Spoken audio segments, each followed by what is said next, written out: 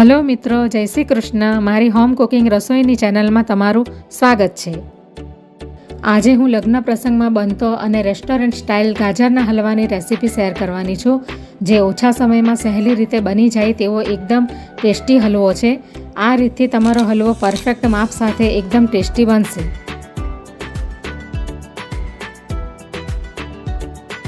Channel પર નવા હોવ તો જરૂરથી ચેનલ સબસ્ક્રાઈબ કરજો, જેથી મારા દરેક વિડીયોનું નોટિફિકેશન તમારા સુધી પહોંચશે.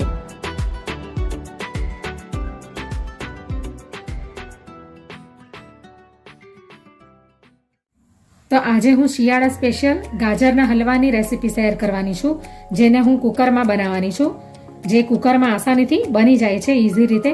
અને એની અંદર હું માવાનો પણ ઉપયોગ નથી કરવાની. આપણે એને પનીરથી અને મિલ્ક પાવડરથી બનાવીશું. તો ચાલુ કરીએ. હવે પહેલી પ્રોસેસ આપણે ચાલુ કરીએ ગાજરના હલવા બનાવવાની.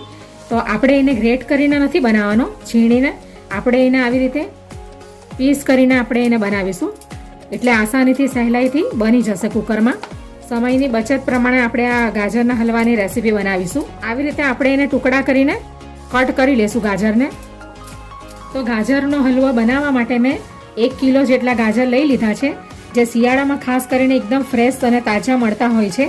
તો આ પ્રમાણે આપણે અને લાલ જ ગાજરનો ઉપયોગ કરવાનો, જેથી તમારે ફૂડ કલર ઉપયોગ ન કરવો પડે. ગાજરને છીણવામાં 1 કલાક જતો રહે છે અને હાથ પણ દુખી જાય છે.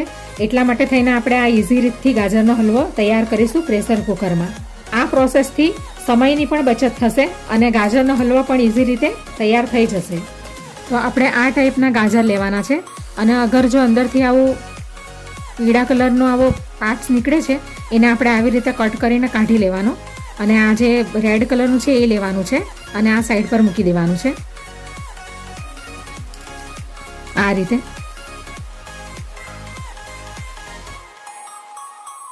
તો બધા ગાજર કટ થઈ ગયા છે.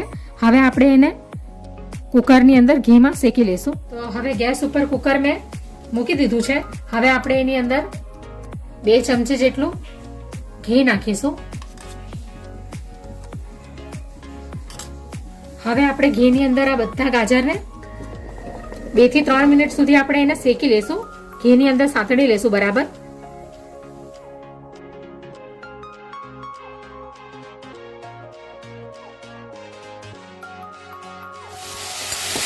તો 2 થી 3 મિનિટ થઈ ગઈ છે. હવે આપણે એની અંદર 1 ગ્લાસ જેટલું દૂધ નાખી દઈશું. હવે આપણે મિક્સ કરી લઈશું અને આપણે કુકરનું ઢાંકણું બંધ કરી દઈશું અને એને મીડિયમ ફ્લેમ પર 2 સીટી વગાડી લઈશું.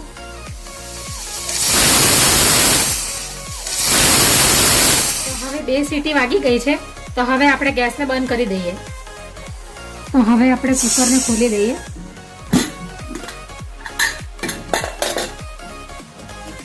હવે આપણે એને મેશ કરી લઈશું. તો હવે ગાજરનો હલવો મેશ થઈ ગયો છે. હવે આપણે બાકીની પ્રોસેસ કરીએ. તો હવે ગાજરનો હલવાને આપણે મેશ કરી લીધો છે. હવે આપણે બાકીના ઇન્ગ્રેડિયન્ટ્સ અંદર નાખીશું. હવે આપણે ગાજરના હલવામાં આપણે માવો નથી નાખવાના. તો આપણે આ મલાઈ પનીર છે, અડધો ટુકડો મેં લઈ લીધો છે 100 ગ્રામ જેટલો. એ આપણે એને આવી રીતે નાખી દઈશું. આવી રીતે ઝીણું ઝીણું મસળીને આપણે નાખી દઈશું.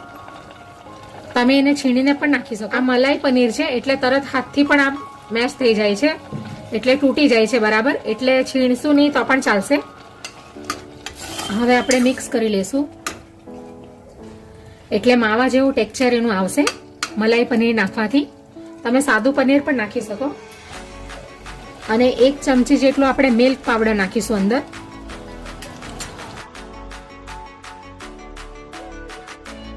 હવે આપણે સ્વાદ અનુસાર અંદર ખાંડ નાખીશું.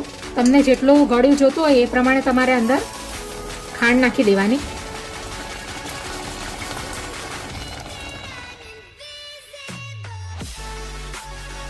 હવે આપણે એલચી પાવડર નાખીશું અને કાજુ અને બદામના ટુકડા છે એ નાખી દઈશું અંદર. અડધી ચમચી જેટલું ઘી નાખી દઈશું ઉપરથી.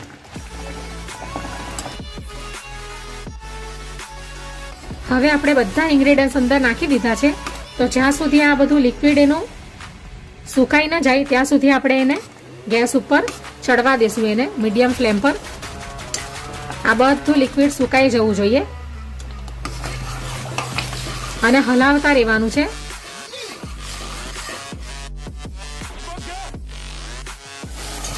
તો હવે આપણો ગાજરનો હલવો રેડી થઈ ગયો છે.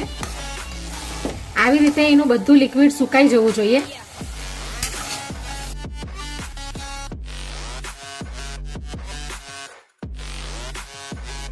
તો હવે ગેસ બંધ કરી દઈશું. તો ગાજરનો હલવો રેડી થઈ ગયો છે.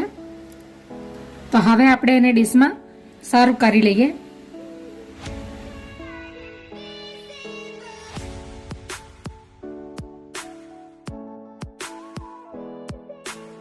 તો ગાજરનો હલવો 10 મિનિટમાં રેડી થઈ ગયો છે, એકદમ ઇન્સ્ટન્ટ રીતે. અને તમે એનું ટેક્સચર પણ જોઈ શકો છો. આપણે એની અંદર માવો પણ નથી નાખ્યો. માવાની જગ્યા પર આપણે અંદર પનીર અને મિલ્ક પાવડર નાખ્યું છે. તો તૈયાર છે ગાજરનો હલવો, જેને શિયાળામાં ગરમા ગરમ ખાવાની ખૂબ મજા આવે છે. હવે આપણે આ બદામની કતરણ છે એ એની ઉપર નાખી દઈશું. તમે એની ઉપર પિસ્તા પણ નાખી શકો. તમે આ ગાજરના હલવાને ગરમા ગરમ પણ ખાઈ શકો અને તમે ફ્રીજમાં મૂકીને એને ઠંડો કરીને પણ ખાઈ શકો. તો તૈયાર છે ગાજરનો હલવો.